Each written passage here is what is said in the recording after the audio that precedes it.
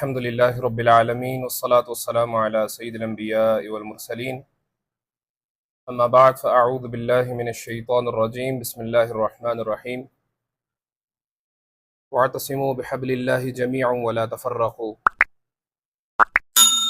إن الله وملائكته يصلون على النبي يا أيها الذين آمنوا صلوا عليه وسلموا تسليما اللهم صل على سيدنا ومولانا محمد بعدد ما في جميع القرآن حرفا حرفا وبعدد كل حرف ألفا ألفا صدق اللہ العظیم۔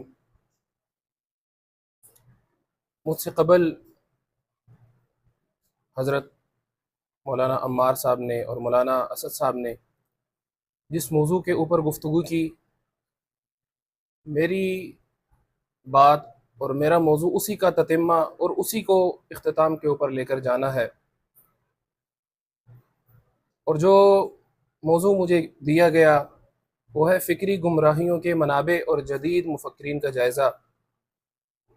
اب ہم دیکھتے ہیں کہ اپنے دور میں پروفیسر عمار صاحب نے تو آپ کو بتایا کہ اسلام کے علاوہ کتنے دیگر نظریات، مذاہب اس دنیا میں موجود ہیں جو آہستہ آہستہ ہمارے اندر سرایت کر رہی ہیں۔ تو سوال یہ بھی کھڑا ہوتا ہے کہ ایسی کیا وجہ ہے کہ وہ نظریات، خیالات اور مذاہب چھپکے سے اسلام کے اندر آہستہ آہستہ آ رہے ہیں۔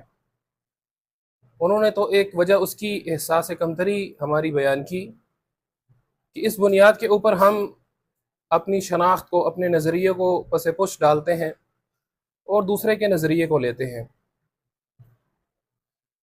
یہ ایسے موضوع کے اوپر آج کی ہماری گفتگو ہے کہ جو ایک طرح سے تھوڑی خشک بھی ہے، کہ ایک بالکل نئی چیز ہے اور ایک نایاب سی چیز ہے جس کی وجہ سے ہمیں سننے میں بھی اور اس کو سمجھنے میں بھی مشکل پیش آتی ہے، لیکن یہ بھی ایک انتہائی ضروری چیز ہوتی ہے کہ جو شر ہوتا ہے، اب ہم یہ تو سیکھتے ہیں کہ بھئی اہل سنت کے عقائد کیا ہیں، نظریات کیا ہیں، ہمارا طریقہ کار کیا ہے، معمولات کیا ہیں، یہ بھی ضروری ہے، لیکن اس کے ساتھ ساتھ یہ بھی ضروری ہے کہ زمانے کے اندر جو شر پایا جاتا ہے اس شر کو بھی ہم پہچانیں کہ وہ شر ہے کیا چیز، کہ جس کے بارے میں مختلف کتابوں کے اندر یہ شعر آپ کو ملے گا، عرفت الشر لا للشر، کہ میں شر کو پہچانا اس وجہ سے نہیں کہ میں شر کے اندر پھنس جاؤں، بلکہ شر کو اس لیے پہچانا جاتا ہے تاکہ اس سے بچا جا سکے۔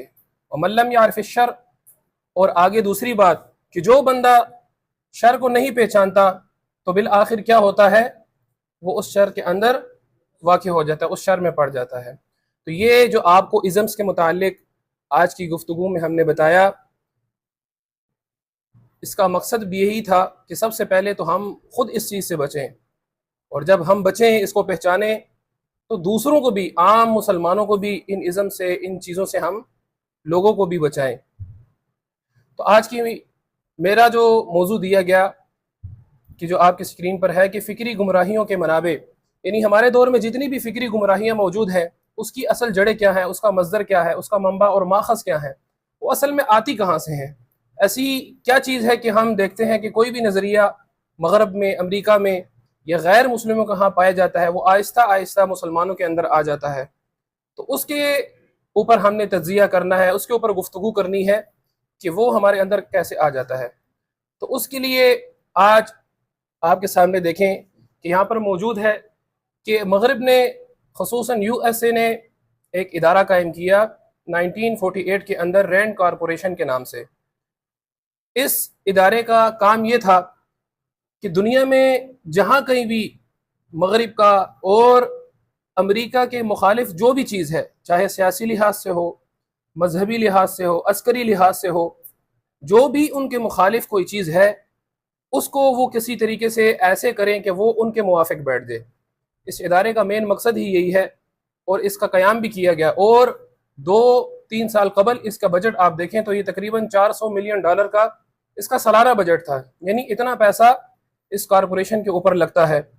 اب اس کارپوریشن کے اندر مختلف تحقیقات بھی ہوتی ہیں اور مختلف کتابیں اور آرٹیکل بھی شائع ہوتے ہیں، اور اسلام کے متعلق ان کی رائے ہے اور اسلام کے متعلق یہ کیا کام کرتے ہیں، کس طرح کام کرتے ہیں، اس کے اوپر آج میں گفتگو کروں گا اور آپ کو بتاؤں گا کہ ہمارے ہاں جو مختلف مفکرین پائے جاتے ہیں، جو جدید مفکرین ہیں، جس میں آپ دیکھیں کہ جاوید احمد غامدی ہے، کہ ان کے نظریات آپ سنیں کہ ان کا اور اسلام کا جو ہماری ایک روایت چلتی آ رہی ہے، کہیں بھی آپ کو وہ چیزیں نہیں ملیں گی جو ان کے ہاں آپ کو ملیں گی۔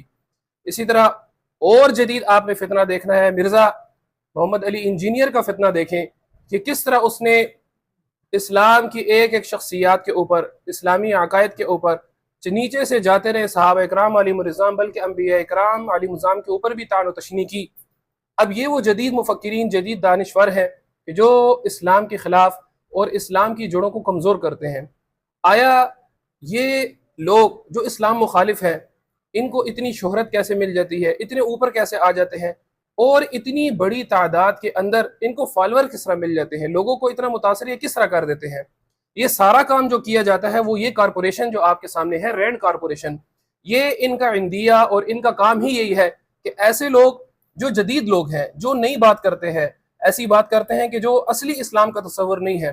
ایک حقیقی مسلمان اٹھے گا، اس سے پوچھا جائے گا کہ اسلام کیسے غالب آئے گا، وہ بتائے گا تبلیغ سے غالب آئے گا اور تلوار سے بھی غالب آئے گا۔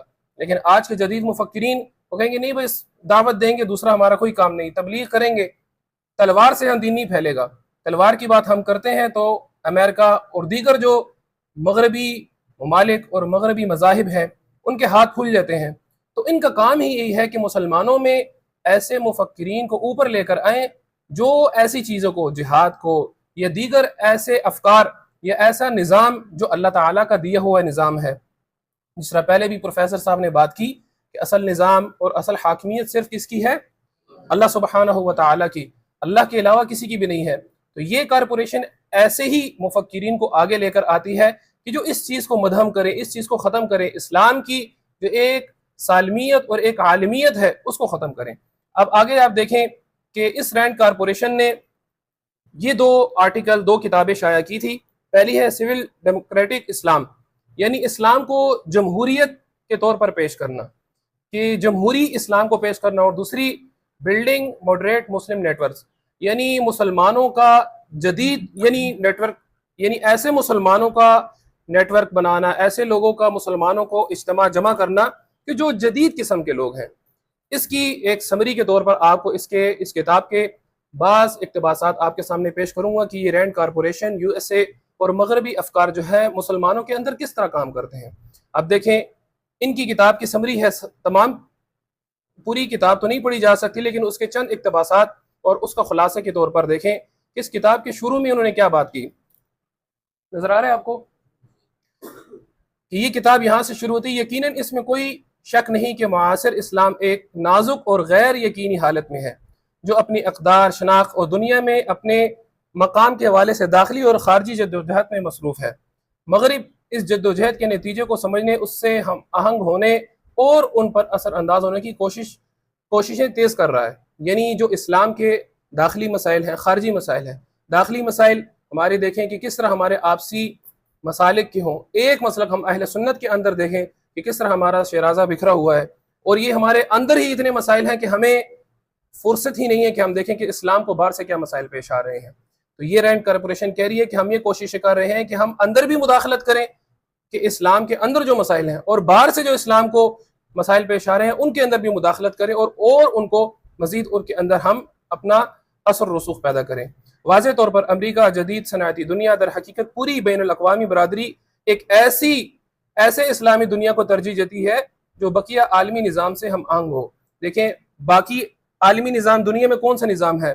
یا تو جمہوری نظام ہے یا دیگر جو ازمز کے متعلق آپ نے نظام بھی پڑھے، کون سے آپ نے گنائے تھے؟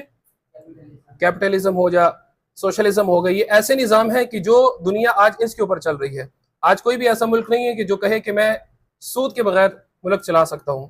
تو یہ اسلام کو بھی ایسے پیش کرتی ہے کہ دیکھیں آپ کو معلوم ہوگا، ہمارے ایک صدر گزرے تھے کچھ عرصہ پہلے، انہوں نے کیا بات کی کہ علماء کو چاہیے کہ سود کے لیے کوئی گنجائش نکالی جائے۔ سنا تھا نا آپ نے؟ یہ وہی چیز ہے کہ جو مغربی دنیا ہم سے چاہتا ہے کہ ہم اپنی دین کا ایسا ورژن پیش کریں، ایسا رخ پیش کریں تو باقی دنیا سے ہم آہنگ ہو، یعنی ہم سود کے متعلق نرمی پیش کریں، باقی معاملات کے اندر بھی نرمی پیش کریں کہ جو ان کے موافق بیٹھے۔ اس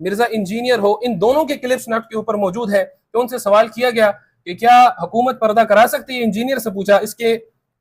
اس فائل کے اندر اس ویڈیو کا کلپ بھی میں نے ڈالا ہے، وہ آپ پی ڈی ایف میں اگر اس کو کلک کریں گے تو وہ کھل جائے گا. اس سے پوچھا گیا کہ نہیں جی، ریاست جو ہے وہ یہ کام نہیں کر سکتی، ریاست کو یہ حق نہیں ہے کہ وہ کسی کو پردہ کرائے، ریاست کو یہ حق نہیں ہے، بلکہ یہ اس کی اپنی ذمہ داری، ہاں اس کو احتیاط کرنی چاہیے لیکن ریاست کو حق نہیں ہے. تو حضور علیہ الصلوۃ والسلام نے جو ہمیں دین دیا اور خلفائے راشدین نے دین کو نافذ کیا، اس کی اصل بنیاد، اور علماء نے اس بات کا ذکر کیا، حضور علیہ الصلوۃ والسلام کے آنے کا جو اہم مقصد تھا وہ ایک نظام دینا تھا، یعنی ایک ایسا عالمی، ملکی اور عالمی نظام دینا کہ جس کے اوپر پوری دنیا چل سکے، نہ کہ صرف انفرادی طور پر کوئی ایسا مذہب دینا کہ بس انسان انفرادی طور پر اس پر عمل کرے اور اس کے اوپر چلتا جائے. آگے بھی جدید، یہ تو وہ ہیں جو علماء کی صورت میں ہیں، اور ایسے لوگ بھی موجود ہیں کہ جن کو باہر کی دنیا میں، یونیورسٹی میں، کالجز میں حد سے زیادہ سنا جاتا ہے. ان میں سے پرویز ہود بوائے ہے کہ جو پاکستان میں فزکس کا سب سے بڑا سائنسدان تسلیم کیا جاتا ہے. ان کو اگر آپ نیٹ پر سنیں، وہ بھی یہی بات کہتا ہے کہ بھئی اسلام کا تعلق مسجد سے ہونا چاہیے، نہ سائنس سے کوئی تعلق ہے، نہ اس کا تعلق کسی اور چیز سے ہونا چاہیے. اسی طرح ایک ہماری ادھر اسلام آباد کی لمس یونیورسٹی کے ایک پروفیسر ہیں ڈاکٹر تیمور رحمان، آپ جانتے ہوں گے، وہ بھی اسی فکر کے ہیں کہ وہ ان کی ویڈیوز بھی آپ دیکھیں اسلام کے متعلق بار بار یہی بات کرتے ہیں کہ بھئی اسلام کا تعلق دین سے ہے، اسلام کا تعلق وہ کہتے ہیں کہ اسلام کا تعلق صرف توحید سے ہے. اسلام آیا بندے کو توحید دینے کے لیے کہ انسان اپنے ایک رب کو پہچانے بس. اور یہ بھی ساتھ وہ یہ بات کہتے ہیں کہ اسلام کا کوئی سیاسی نظام نہیں ہے. حضور علیہ الصلوۃ والسلام نے اسلام کو کوئی سیاسی نظام نہیں دیا. اور یہ بات بھی وہ کہتے ہیں کہ اس کی ایک تصویر بھی میں نے آپ کو ڈالی، دیکھیں یہ بات. یہ ہے ڈاکٹر تیمور رحمان، یہ اس وقت پاکستان میں یونیورسٹیز میں سب سے زیادہ سنے جانے والی شخصیات ہیں. ان کی آپ ویڈیوز دیکھیں اسلام کے بارے میں، نہ تو یہ اسلام کا سیاسی نظام مانتے ہیں، نہ تو اسلام کے احکامات مانتے ہیں، اور پردے کو بھی کہتے ہیں کہ جی پردہ تو عربوں کی نشانیاں تھی، ان کے دور میں ایک چیز تھی، اسلام کا اس سے کوئی تعلق نہیں ہے. اسلام کا تعلق تو بس انسان کی انفرادی اپنی ذات سے ہوتا ہے کہ بس وہ اللہ اللہ کرے. تو اس چیز کو بھی آپ نے پہچاننا ہے کہ جو 4 قسمیں رینڈ کارپوریشن نے مسلمانوں کی بیان کی، پہلی 2 قسمیں وہ ہیں، ایک فنڈامنٹلسٹ ہے اور ٹریڈیشنلسٹ ہے، یہ وہ ہیں جو اسلام کے اوپر کاربند رہتے ہیں، اور تیسری جدیدیت پسند، یعنی جو دین کے اندر جو مسائل ہیں اس کی تجدید کرتے ہیں، نئی نئی چیزیں لے کر آتے ہیں. چوتھے وہ جو سیکولر ہیں. آگے یہ دیکھیں جاوید احمد غامدی، جن کا بھی میں نے تذکرہ کیا کہ ان کی ایک ویڈیو ہے، پوری ویڈیو تو آدھے گھنٹے کی آپ کو نہیں سنا سکتے، لیکن اس کا ٹائٹل دیکھیں، کیا اسلامی ریاست لوگوں کے شخصی معاملات میں مداخلت کر سکتی ہے؟ اس لمبی چوڑی تقریر کے اندر انہوں نے یہ بات کی کہ کوئی بھی ریاست، انہوں نے کہا کہ اسلامی ریاست تو ہوتی ہی نہیں ہے، بلکہ نہ غیر اسلامی ریاست ہوتی ہے نہ اسلامی ریاست ہوتی ہے. اس ریاست کا اسلام سے یا کسی اور مذہب سے تعلق ہی نہیں ہوتا. ریاست کا تعلق ہوتا ہے لوگوں کے ساتھ کہ وہ اس کی دیکھ بھال کرے اور ان چیزوں کے ساتھ کرے. یہ وہ نظریہ ہے کہ جو رینڈ کارپوریشن نے جو چیز بیان کی، آپ دیکھیں جدیدیت جو انہوں نے بیان کی کہ اسلام اور سیکولر جو چوتھے طبقے کا مسلمان انہوں نے ذکر کیا. ہم آپ دیکھیں، ہم یہ الزام نہیں لگاتے کہ یہ ان سے پیسے لیتے ہیں نہیں لیتے، بس ہم جو اب لیتے ہیں اس کے ثبوت ہمارے پاس نہیں ہے، لیکن ہم وہ بات کریں گے کہ جس کا ہمارے سامنے ہم اس کا مشاہدہ کر سکے. جس بات کی دلیل ہمارے سامنے نہیں ہوگی وہ ہم نہیں کریں گے، لیکن بس ہم یہ کہیں گے کہ دیکھیں کہ رینڈ کارپوریشن نے جو کہا کہ چوتھا طبقہ سیکولر کا یہ ہے جو کہتا ہے کہ یہ آپ کو میں نے کیا کہ اسلامی دنیا چرچ اور ریاست کی علیحدگی کو مغربی صنعتی جمہوریتوں کے انداز میں تسلیم کرے، یعنی مسجد کا تعلق مسجد سے اور ریاست کا تعلق دین سے بالکل نہیں ہوگا. انہوں نے بھی اس ویڈیو میں بالکل وہی بات کی. ابھی یہ پروفیسر تیمور الرحمان ہے، ان کے بارے میں بھی میں نے آپ کو بتایا تھا کہ یہ خالص سیکولر فکر کو لے کر چلتے ہیں. انہوں نے بھی یہ بات کی، what is an Islamic political system, کہ کیا اسلامک معاشی کوئی نظام ہے ہمارے پاس، کوئی سیاسی نظام ہمارے پاس ہے؟ ہم جو کہتے ہیں کہ اسلام ایک مکمل ضابطہ حیات ہے، کہتے ہیں نہیں، اسلام مکمل ضابطہ حیات نہیں ہے، بلکہ اسلام کا تعلق یہ تھا کہ انسان اپنی اخلاق کو سنوارے، یعنی انسان دین کا تعلق بس ہماری اپنی ذات کے ساتھ، ہم اپنے آپ کو کسی طریقے سے اچھا کریں. یہ 4 مسلمانوں کے طبقے جو رینڈ کارپوریشن نے بنائے اور بتائے، اس کو آپ ذہن میں رکھیے گا لازمی. ایک یہ اقتباس جاوید احمد غامدی کی کتاب کا آپ کے سامنے پیش کرتا ہوں کہ دیکھیں انہوں نے کیا لکھا. اسلام کی دعوت اصلاً فرد کے لیے ہے، وہ اسی کے دل و دماغ پر اپنی حکومت کرنا چاہتا ہے. اس نے جو احکام معاشرے کو دیے اس کے مخاطب بھی در حقیقت وہ افراد ہیں جو مسلمانوں کے معاشرے میں ارباب حل وقت کی حیثیت سے اپنی ذمہ داری پوری کر رہے ہوں۔ لہٰذا یہ خیال بالکل بے بنیاد ہے کہ ریاست کا بھی کوئی مذہب ہوتا ہے، اس کو بھی کسی قرارداد مقاصد کے ذریعے سے مسلمان کرنے اور آئینی طور پر اس کا پابند بنانے کی ضرورت ہوتی ہے۔ اس میں کوئی قانون قرآن و سنت کے خلاف نہیں بنایا جائے گا۔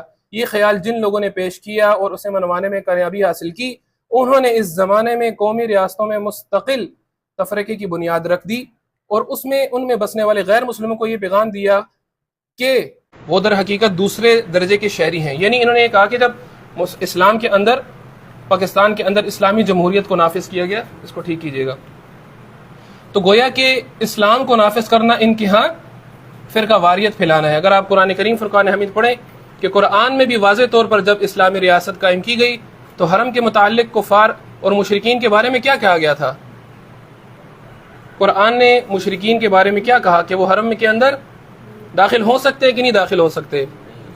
یہ تبھی حکم آ سکتا ہے کہ جب ریاست کو اسلامی طور پر مانا جائے۔ اب جو اسلامی حدود ہیں، جو چوری کرے گا، زنا کرے گا یا کوئی ایسا گناہ کرے گا جس کے اوپر کوئی حدود ہے، کوئی قصاص ہے، تو یہ تب ہی ہو سکتا ہے کہ جب ہم کیا کریں، ریاست کو اسلامی قوانین کے مطابق ڈالیں۔ لیکن یہ دیکھیں جاوید احمد غامدی نے کیا کہا کہ جو ریاست کو اسلامی کرے گا، گویا کہ اس نے کیا کیا؟ پہلا کام تو انہوں نے یہ کہا کہ وہ ریاست کو کیا کرتا ہے؟ تفرقے میں ڈال دیتا ہے، اور دوسرا جو غیر مسلم ہوتے ہیں، جو اقلیت ہوتی ہے، ان کو کیا کر دیتا ہے؟ دوسرے درجے کا شہری ہو جاتا ہے۔ نعوذ باللہ اگر یہ بات کہی جائے تو یہ بات صحابہ کرام تک بلکہ حضور علیہ الصلوۃ والسلام کے اوپر لاگو ہوتی ہے کہ آقا کریم صلی اللہ علیہ وسلم نے بھی اسلام کو نافذ کیا اور اس کے احکامات کو نافذ کیا، اور آپ دیکھیں غیر مسلموں کے معاملات بھی حضور علیہ الصلوۃ والسلام کے پاس آتے تھے۔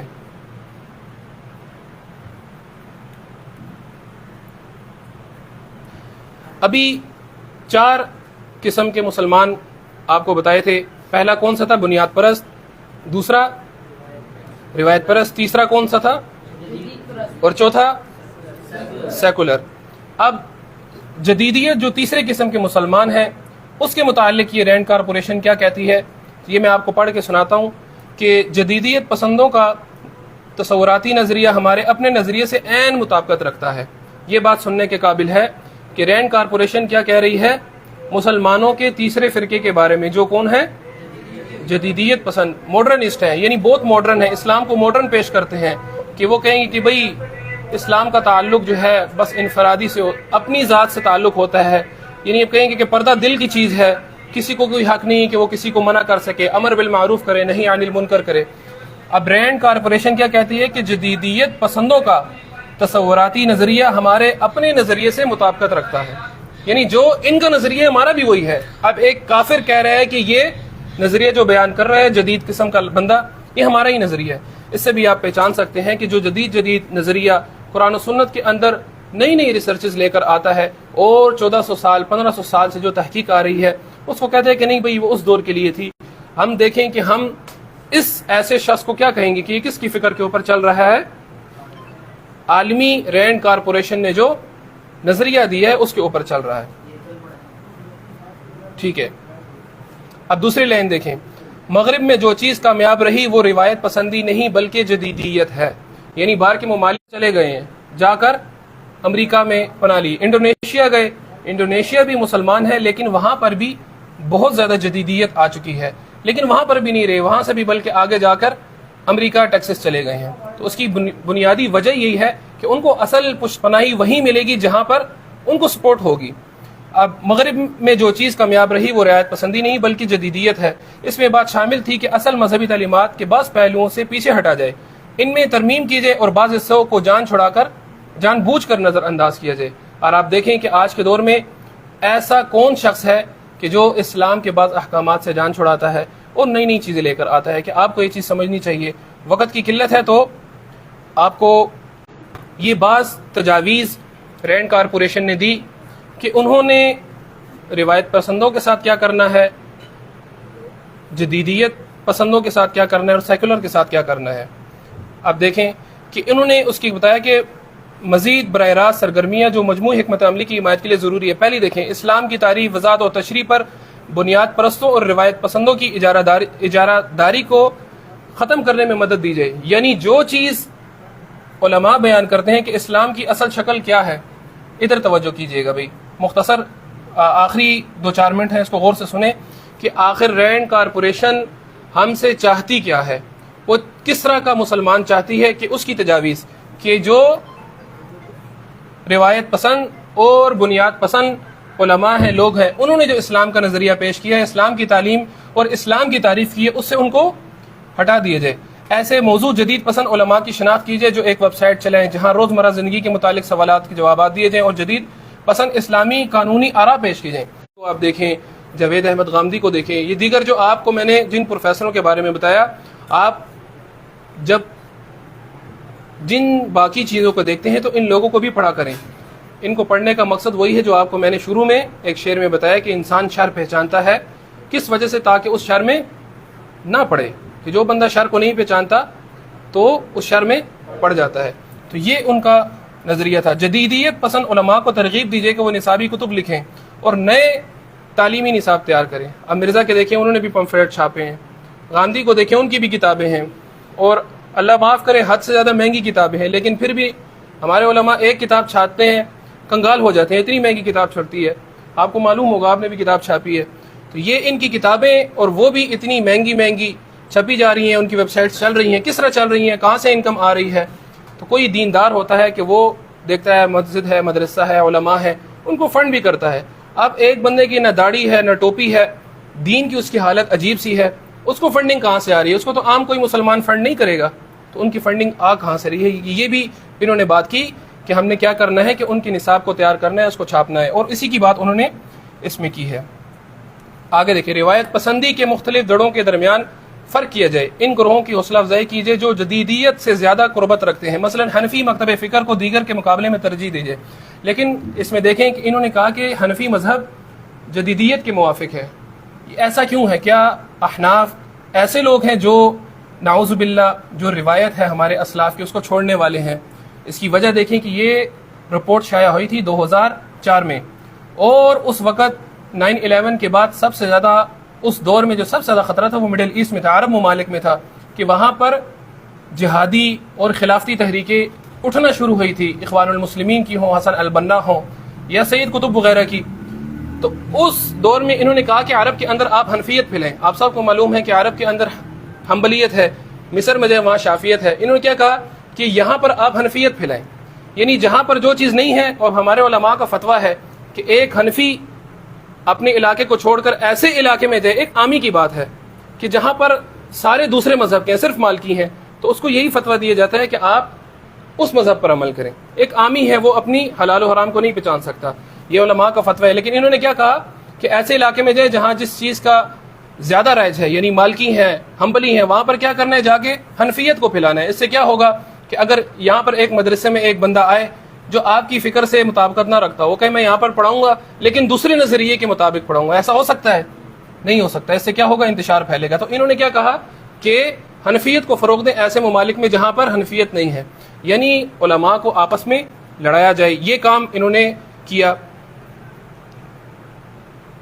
اب صوفیاء کے متعلق انہوں نے کیا کہا؟ صوفی حضرات واضح طور پر کسی ایک مخصوص زمرے میں پوری طرح فٹ نہیں ہوتے، لیکن یہاں ہم انہیں جدیدیت کے زمرے میں شامل کریں گے. آپ کو معلوم ہوگا کہ آج کل گدی نشینوں کا نعوذ باللہ کیا حال ہو چکا ہے، کہ جو گدی نشین آج بیٹھے ہیں ان کے اسلاف علم پختگی اور ان کا کیا مقام و مرتبہ ہے. لیکن آج ہم دیکھیں انہوں نے خود کہہ دیا کہ وہ ان چاروں میں کسی میں بھی فٹ نہیں بیٹھتے، نہ وہ روایت پسند ہے، نہ بنیاد پرست ہے، نہ جدیدیت ہے، نہ سیکولر ہے، وہ کسی ایک چیز میں بھی نہیں آتے. تو اس لیے انہوں نے کہا کہ ہم ان کو کیا کریں گے؟ انہیں جدیدیت کے اندر فٹ کرنے کی کوشش کریں گے. تصوف اسلام کی ایک کھلی فکری اور روحانی تعبیر کی نمائندگی کرتا ہے. ان ممالک میں جہاں صوفی روایت موجود ہے جیسے افغانستان، عراق، اور وہاں اسکولوں کے نصاب، سماجی اقدار، ثقافتی زندگی پر صوفی اثرات کو بھرپور طور پر فروغ دینا چاہیے. انہوں نے کہا کہ ان ممالک میں افغانستان، آپ کو معلوم ہے کہ افغانستان میں حنفی مذہب ہی ہے، تصوف بھی ہے، لیکن انہوں نے کہا کہ وہاں پر ہم مزید تصوف پھیلائیں گے. لیکن تصوف کس طرح پھیلے گا؟ شاعری، موسیقی اور فلسفے کے ذریعے سے. یہ وہ چیز ہے کہ جو اصل اسلام کی اور تصوف کی روح کو ختم کر دیتا ہے. آپ کو معلوم ہوگا یہاں پر بھی جو تصوف کی خانقاہیں ہیں، وہاں پر جب شاعری آئی، قوالیاں آئی، تو ان جگہوں کا کیا حال ہو چکا. اب ہم سمجھتے ہیں کہ بھئی یہ گدی نشینیوں کی جو ابھی ہیں ان کی کمزوریاں ہیں، ان کی کمزوریاں ہوں گی، لیکن کس منصوبے کے تحت پیچھے آئی ہے وہ رینڈ کارپوریشن نے بتا دیا کہ ہم یہ چاہتے ہیں کہ یہ موسیقی کے اندر، شاعری کے اندر، انہی چیزوں کے اندر لگ جائیں، فلسفے کے اندر لگ جائیں، جو اصل تصوف کی، صوفیاء کی روح تھی کہ انسان کی روحانی تربیت ہونی چاہیے، وہ پیچھے رہ جائے گی۔ تو یہ آپ کو مختصراً رینڈ کارپوریشن کا تعارف کہ وہ کیا چاہتے ہیں کہ اسلام کے مختلف گروہوں، جو مسلمان کے مختلف گروہ ہیں، کہ ان میں جو بنیاد پرست، روایت پرست لوگ ہیں ان کو ہم پیچھے کریں، جدیدیت کے مارے، اور سیکولر لوگ ان کو ہم آگے کریں۔ دیکھیں بعض تصویریں میں نے یوٹیوب کے تھمب نیل آپ کے سامنے رکھے ہیں کہ آپ کو معلوم ہو کہ آج کے دور میں جدیدیت پسند اور سیکولر قسم کے لوگ کون ہیں۔ آپ غامدی صاحب کا آپ دیکھیں کہ دین کا ماخذ کیا ہے، اس لمبی چوڑی تقریر کے اندر وہ یہ کہیں گے کہ بھئی دین کا ماخذ صرف قرآن ہے، حدیث کو انہوں نے سرے سے نکال دیا کہ جی حدیث نہیں ہوتی، سنت ہوتی ہے۔ تو سنت کہاں سے آئے گی ہمارے پاس؟ حدیث سے ہی آتی ہے، اور کسی چیز سے نہیں آتی۔ اب ان کا مشہور مقولہ ہے کہ بھئی بخاری کیا ہے؟ حدیث کی کتاب نہیں بلکہ تاریخ کی کتاب ہے۔ جس طرح عام ہم تاریخ کی کتابیں پڑھتے ہیں، کہ بخاری اس طرح کی کتاب ہے؟ نہیں، بلکہ بخاری کو علم الرجال کے اوپر صحیح اصح الکتب کے طور پر ہم اس کو مانا جاتا ہے۔ آگے دیکھیں، یہ مرزا انجینئر کا آپ ایک پوڈ کاسٹ ہے، یہ آپ اگر سنیں، اس کو بھی آپ سنا کریں، کانوں کو درد آپ کو ضرور ہوگا کہ آپ ایسی عجیب و غریب باتیں سنیں گے، لیکن اس طور پر کہ اصل میں یہ کس فکر کے اوپر چل رہے ہیں، کہ اس میں کہتے ہیں کہ آپ علیہ السلام کا زمانہ بہترین زمانہ نہیں تھا، یہ بہترین زمانہ ہے، کہ ہمارے پاس آلات ہیں، اچھی سوسائٹیز ہیں۔ یہ اب یہ بات کرنے کی ہے، آپ علیہ السلام نے کیا فرمایا زمانے کے بارے میں؟ خیر القرونی کرنی، کہ سب سے بہترین زمانہ کس کا زمانہ ہے؟